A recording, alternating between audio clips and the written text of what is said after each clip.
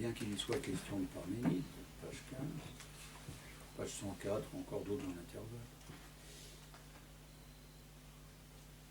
Oui, je vais quand même insister sur cette fin de séminaire qui est du 21 novembre 72, on a tout dire. Vous voulez que je cite les... C'est la première séance. Hein.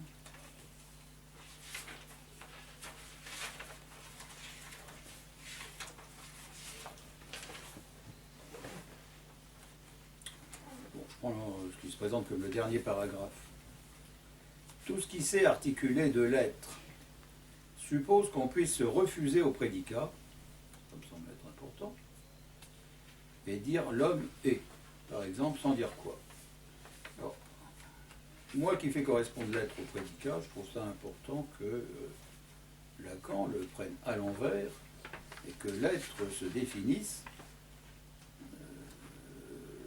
d'une coupure avec le prédicat. J'aurais tendance à considérer que c'est une coupure prédicative avec le prédicat. Je continue sur Lacan. Ce qu'il en est de l'être est étroitement relié à cette section du prédicat. Dès lors, alors, section du prédicat, ça répond sûrement aux questions de Florence Talbot. Hein. Donc, comment la béance peut jouer sur la prédicativité. Donc là, on en est à discuter dans la langue de cette section du prédicat, telle que Lacan l'aborde.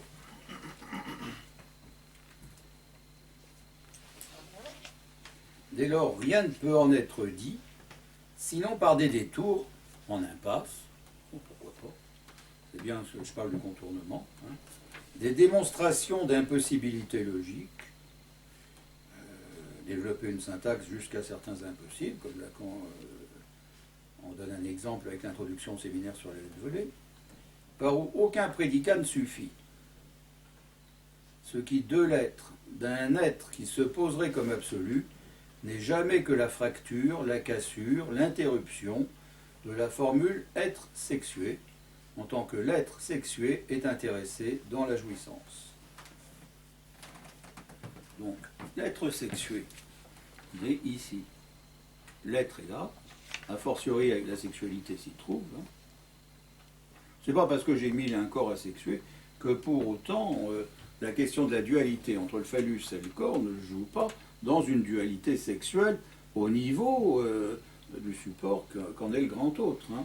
Parce que je rappelle qu'il y a, c'est pas une question d'amalgame et de confusion, il y a une identité de position, un indiscernable entre chacun des points. Pas n'importe comment probablement, avec des jonctions, hein, voire comme ça, mais particulièrement ces jonctions-là. Autrement dit, la béance, la cassure, la faille, la fente, etc., joue aussi bien entre l'être et le sexué, qui laisse l'être pendant, si je puis dire, en n'étant plus prédiqué d'un sexe.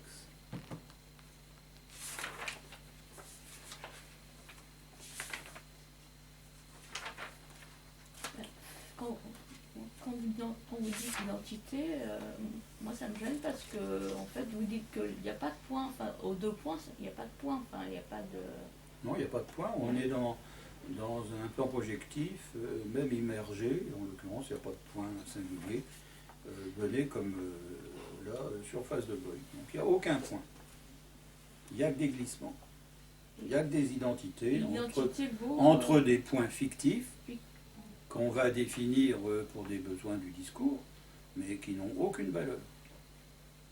Mais aucune valeur en eux-mêmes.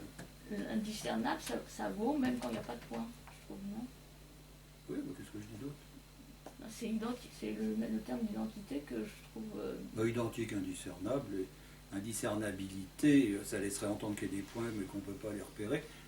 Faut s'entendre sur ce que veut dire indiscernable, voire identique.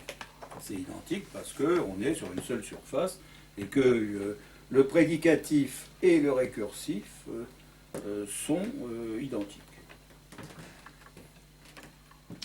Dans ces effets-là, oui. Dès qu'on va jouer de coupure, on va avoir des effets de séparation, ça c'est vrai. Et donc on aura les hommes, les femmes, le père, la mère. le phallus, le corps, voilà. Une source de la pulsion, un objet de la pulsion, un trajet du coup, un but. Ce que dit Freud. C'est comme ça que je considère que Freud est dans le même ordre de discours.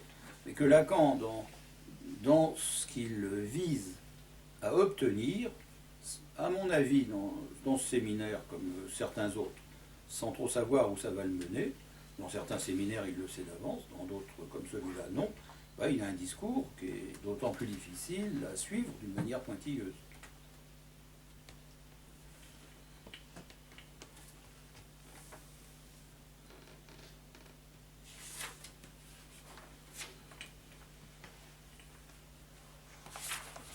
Page 26, donc on est dans... on est le 19 décembre 72, hein, on a sauté donc la séance réclamative du 12 décembre, on est le 19 décembre 72, donc au seuil, page 26 et page 27, il y a beaucoup de choses sur ce qu'il en est de jouir d'un corps qui l'autre le symbolise, et ça comporte peut-être quelque chose de nature à faire mettre au point une autre forme de substance, la substance jouissante. Un corps, cela se jouit, alors je ne vous lis pas toutes les phrases, hein, ce qui implique quelque chose d'autre que le parthès extra-parthès de la substance étendue, etc. Jouir a cette propriété fondamentale que c'est en somme le corps de l'un qui jouit d'une part du corps de l'autre, mais cette part jouit aussi, cela agrée à l'autre plus ou moins, mais c'est un fait, qui ne peut pas y rester indifférent. Alors Lacan ne précise pas évidemment quand il parle s'il s'agit d'un petit autre, d'un grand autre. Miller met des majuscules, il faut voir quand c'est fondé, quand ça ne l'est pas, et inversement. Hein. S'il ne met pas de majuscules, ça pourrait être fondé d'en mettre. Il n'y a rien de systématique hein, dans tout ça. Enfin, parfois, Lacan différencie bien le petit autre et le grand autre, hein, quand il est explicite. Donc, il dit, Lacan, je dirais que le signifiant se situe au niveau de la substance jouissante. Puis il parle des différentes causes chez Aristote. Donc, l'autre pôle, alors, on a le pôle du surmoi et de l'impératif de jouissance. L'autre pôle du signifiant, le coup d'arrêt. Non, mais il faut que je lise un peu plus haut. Le signifiant, c'est la cause de la jouissance. Sans le signifiant, comment même aborder cette partie du corps? Comment, sans le signifiant, centrer quelque chose qui, de la jouissance, est la cause matérielle, si flou, si confus que ce soit, moi, cette confusion, je l'appelle plutôt indiscernabilité, c'est une partie qui, du corps, est signifiée dans cet apport. J'irai maintenant tout droit à la cause finale, finale dans tous les sens du terme, en ceci qu'il en est le terme. Le signifiant, c'est ce qui fait halte à la jouissance. Donc c'est à la fois la cause de la jouissance, d'une manière impérative, en termes de signifiance pour moi, et c'est aussi ce qui fait halte à la jouissance. C'est-à-dire que si on prend bien la jouissance comme, et quelque part, Lacan le dit comme ça, avec une, je pense qu'elle est dans ce séminaire, mais après je confonds dans différentes lectures, que la pulsion, comme drive, tribe, est la dérive de la jouissance. C'est ce que je dis depuis de nombreuses années aussi. Enfin, il faut dire que j'ai lu Lacan avant. Mais dans une chaîne signifiante, on ne peut pas avoir affaire à un indéfini de la signifiance, une infinitude de la signifiance qui ne mènerait nulle part. Si on veut avoir un effet de signifié, sans même préciser lequel, enfin y compris pour une position de sujet qui s'en déterminerait, eh ben, il faut qu'il y ait un coup d'arrêt. Eh bien, c'est le signifiant lui-même qui sert de coup d'arrêt à cette organisation qui pourrait être primordiale de la dérive. La dérive, c'est le décalage. Hein. C'est l'écart.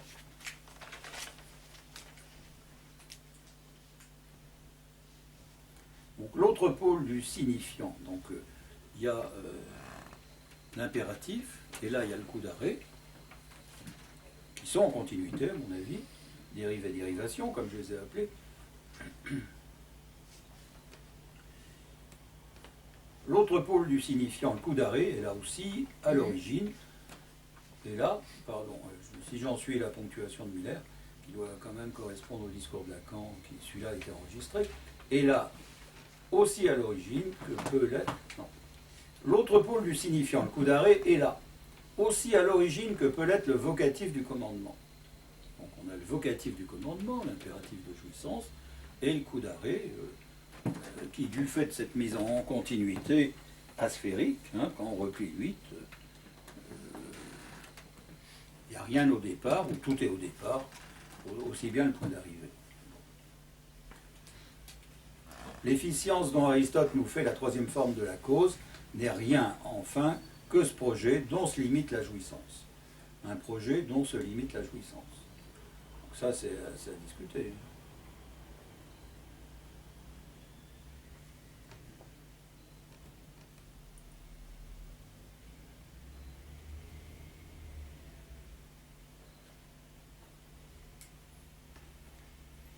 Et donc, Lacan parle du verbe.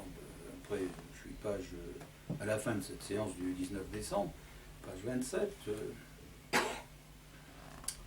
Le verbe, pour moi, il est toujours intentionnel, donc insaisissable.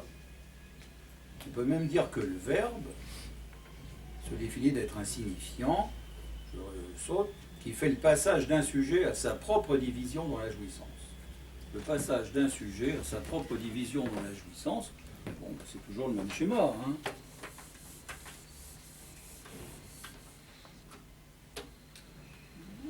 Il s'agit du sujet du narcissisme primordial.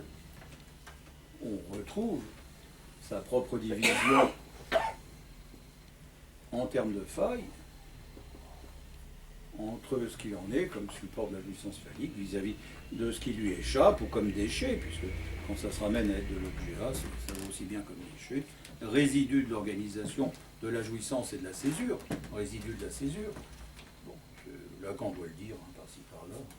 Je ne suis pas sûr d'inventer à cet égard. Et quand Lacan parle de vocatif, pour l'impératif, c'est la voix dont il parle ou... Non, c'est le...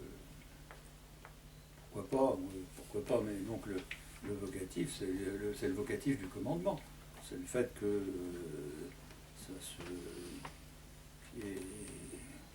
qui est l'impératif, comme on dit grammaticalement, qui dise jouit.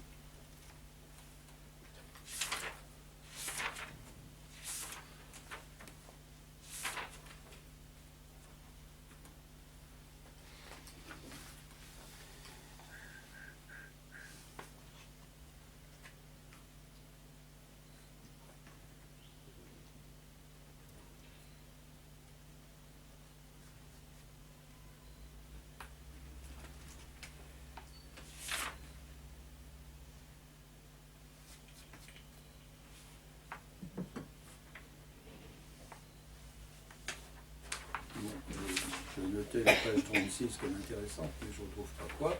Sur page 40, c'est-à-dire 16 janvier.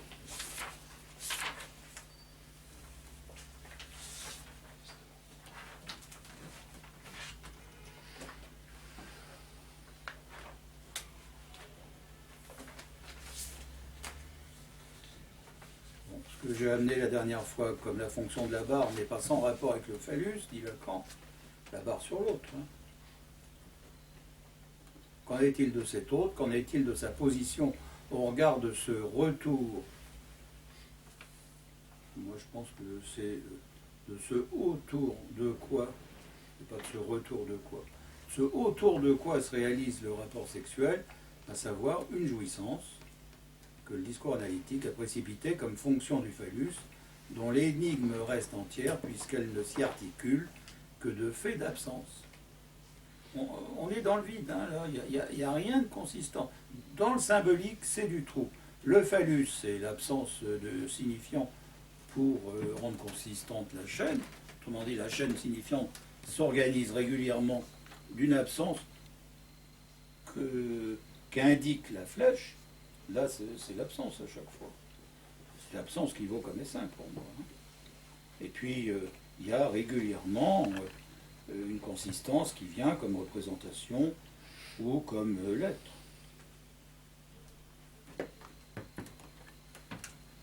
La lettre étant plus réelle, la représentation plus imaginaire. Bon.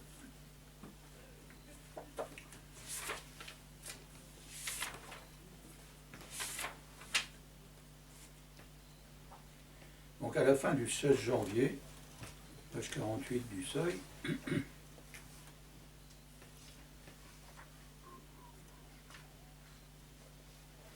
bon, il y aurait beaucoup à lire. Donc. Je lis la dernière phrase, hein, l'avant-dernière.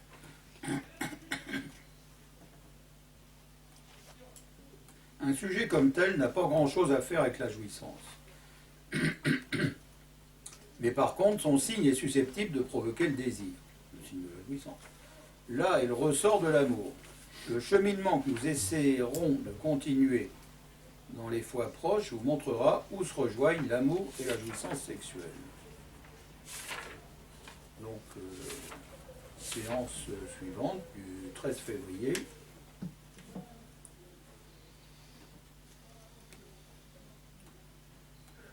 La réalité est abordée avec les appareils de la jouissance. Ce qui veut dire que la jouissance est appareillée.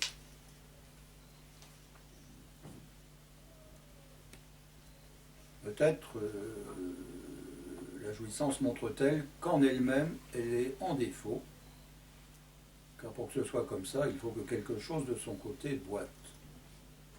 Ouais, bon, je accepte bien une boiterie de la jouissance phallique à la jouissance de l'autre.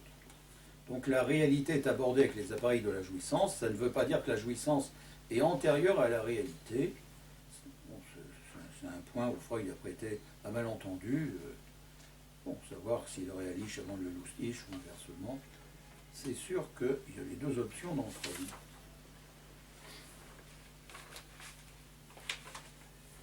Et pour sauter donc sur les appareils de la jouissance, page 54, toujours dans la même séance. Donc il s'agit de rater le rapport sexuel mâle. Ce ratage est la seule forme de réalisation de ce rapport si, comme je suppose, il n'y a pas de rapport sexuel. Donc dire tout réussi n'empêche pas de dire pas tout réussi. Parce que c'est de la même manière, ça rate. Ça, ce rapport du ratage à la réussite, c'est un truc que Lacan travaille d'un bout à l'autre de l'œuvre. Hein. Le ratage, c'est l'objet, un peu vite, dans ces citations.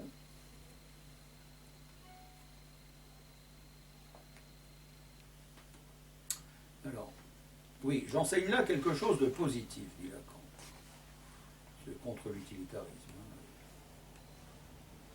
Parce qu'entre Fayard et Falloir, ils viennent dire la jouissance qu'il faut est à traduire la jouissance qu'il ne faut pas. Alors, la jouissance qu'il faut, c'est en termes d'obligation, et c'est en termes de chute. Hein. Il faut, ça veut dire ça chute. J'enseigne là quelque chose de positif, dit-il, sauf que ça s'exprime par une négation, et pourquoi ne serait-ce pas aussi positif qu'autre chose? Bien. Le nécessaire, ce que je vous propose d'accentuer de ce mode, est ce qui ne cesse pas de quoi de s'écrire. Ça, c'est comme ça que Lacan va organiser les jouissances. Hein. Alors, comment est-ce qu'il faut l'indiquer ici, je ne saurais dire. Parce qu'une fois de plus, je ne suis pas forcément clair avec ce schéma-là. Le nécessaire est là, sûrement. Je dirais que l'impossible est là, et que probablement que le possible vaut ici et le contingent là, avec du coup un indécidable qui se pointerait entre l'impossible et le contingent, puisque Lacan le donne comme ça. C'est une autre façon de jouer du cadran. Hein. Mais ce qui compte, c'est que Lacan en vient à spécifier du côté de l'écriture, donc je vais aller très vite, ce qui ne cesse pas de s'écrire, hein, ou ce qui ne cesse pas. Tout le haut, c'est ne cesse pas de ne pas s'écrire par rapport à ce qui cesse de s'écrire, ce qui de s'écrire cesse, ou ce qui cesse de ne pas s'écrire. Enfin, sauf que ça ne va pas de le dire sur ce schéma-là. Je ne suis pas très content parce que je devrais plutôt soutenir la contingence, hein, du côté du cesse de ne pas s'écrire. Je je devrais resituer les choses, là, cesse de ne pas s'écrire du côté de la contingence, le cesse de s'écrire du côté du possible, c'est-à-dire là. Donc cesse de ne pas s'écrire, ça vient là. Et ne cesse pas de ne pas s'écrire, ça vient du côté de cet impossible-là. Donc il faudrait reprendre. J'ai commencé à écrire en quadrangle comme Lacan fait, hein, à le disperser autrement sur ce schéma non lacanien. Enfin, partiellement lacanien, puisqu'il correspond au schéma R.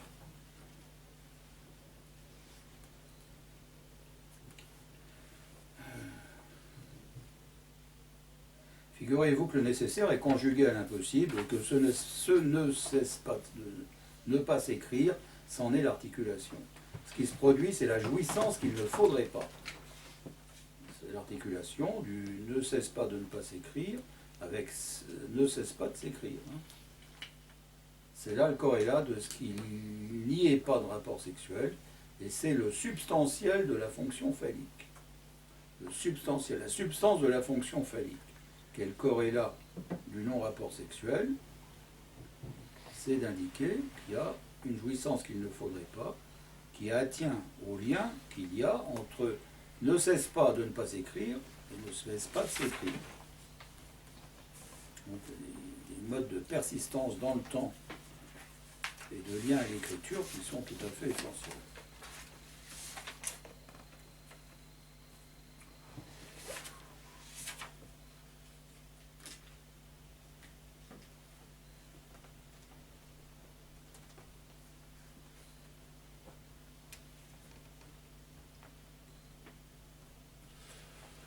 Alors la jouissance, comment allons-nous nous exprimer? Allons-nous exprimer ce qu'il ne faudrait pas à son propos, sinon par ceci? S'il y en avait une autre que la jouissance phallique, il ne faudrait pas que ce soit celle-là. Donc je pense que on a cette délimitation des deux jouissances et leur lien, hein, qui est quand même conditionnel et conditionné. S'il y en avait une autre, mais il n'y a pas de supposition d'autre. En tous les cas, par là même, dans cette négation, on met en jeu une supposition contre l'absence de supposition. Et du coup, elle se présente dans l'interdit, il ne faudrait pas, ou une négation de la nécessité. Parce que l'interdit est simplement une négation de la nécessité, c'est toujours à discuter dans les modalités. Et la négation comme fonction, on ne peut pas dire qu'elle permet d'identifier ce qui est indiscernable. Enfin, Si, ça joue de cette façon-là. La négation vaut comme faille, là, et elle a ce côté positif de pouvoir jouer d'identification. Donc l'aspect positif de la négation, c'est comme à tout coup la discordance. On n'est pas dans quelque chose de forclusif.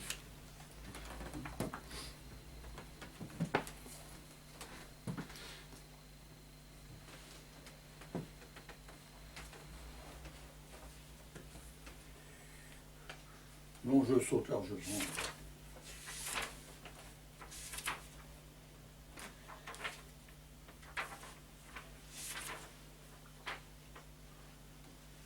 Il y a une jouissance de l'être, une jouissance au-delà du phallus, je passe tous les trucs.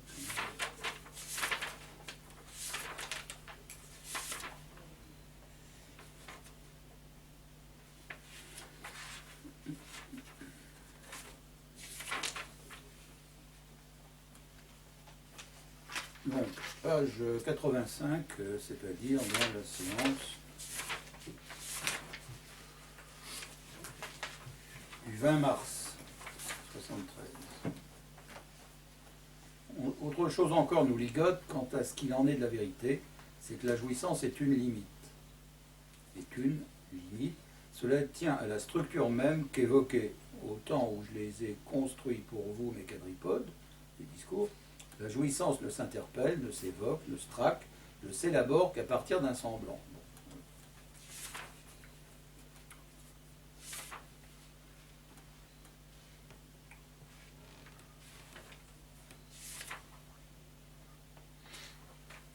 Je saute largement. Hein.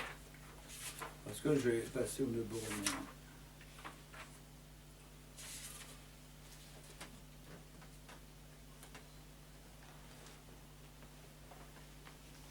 Je suis page 101, c'est-à-dire le 8 mai.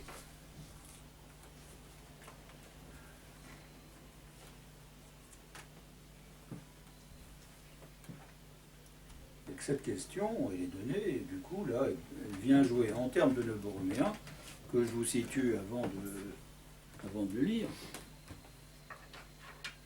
Ce qui est borroméen, c'est l'organisation de la faille, c'est ce qu'on dit des templés. Le templé qui fait le modèle de l'indiscernabilité, hein, et le patron de la même indiscernabilité. C'est-à-dire qu'il fait le patron impératif de cette indiscernabilité et le modèle rendant compte d'une façon praticable, pas dire métaphorique, de l'impossibilité, de l'interdit.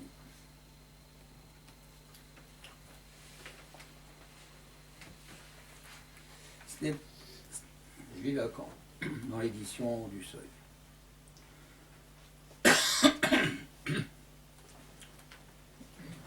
Ce n'est pas très étonnant qu'on n'ait pas su comment serrer, coincer, faire couiner la jouissance en se servant de ce qui paraît le mieux pour supporter l'inertie du langage, à savoir l'idée de la chaîne.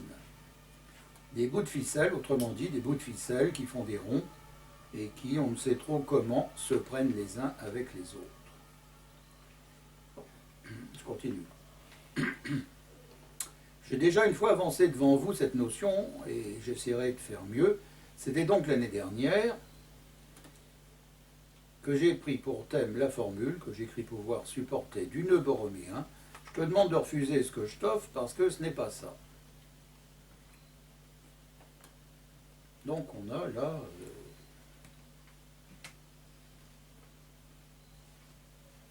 un mode de positivation de la négation qui est relativement complexe aussi, que je ne vais pas développer maintenant, et bon, qui se ponctue d'une chute qui est ce n'est pas ça. Lacan dit souvent c'est pas ça, hein, donc je suis pas sûr qu'il faille introduire une négation aussi ostensible du genre ce n'est pas ça. Bon. La structure pour s'y brancher ne démontre rien sinon qu'elle est du texte même de la jouissance, en tant qu'à marquer de quelle distance elle manque celle dont il s'agirait si c'était ça. Bon, je vais reprendre cette phrase parce que je vais essayer de mettre les césures qu'il faut, surtout que Miller ne met pas des bonnes virgules. La structure, pour s'y brancher, ne démontre rien sinon qu'elle est du texte même de la jouissance, en tant qu'à marquer de quelle distance elle manque celle dont il s'agirait si c'était ça. Elle ne suppose pas seulement celle qui serait ça, elle en supporte une autre. En tant qu'à marquer de quelle distance elle manque celle dont il s'agirait si c'était ça. On tombe jamais pile sur c'était ça.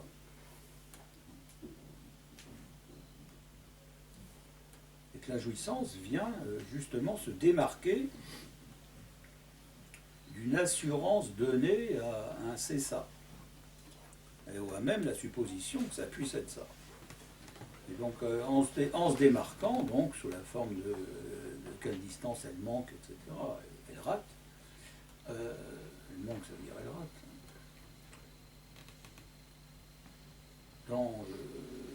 Dans cette organisation de la prise de distance, la jouissance est l'indication d'une structure qui est cette structure templétique qui met en jeu l'indiscernable.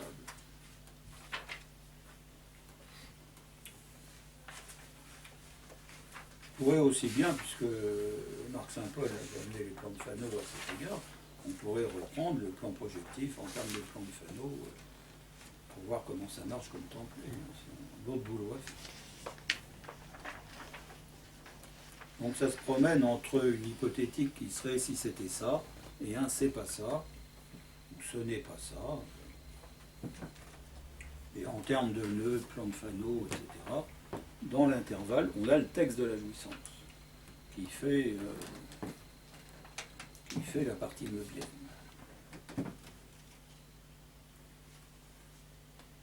il n'y a pas la moindre connaissance, mais que les jouissances qui en supportent le semblant, c'est quelque chose comme le spectre de la lumière blanche, à cette seule condition qu'on voit que la jouissance dont il s'agit est hors du champ de ce spectre. Il s'agit de métaphore. Pour ce qu'il en est de la jouissance, il faut mettre la fausse finalité comme répondant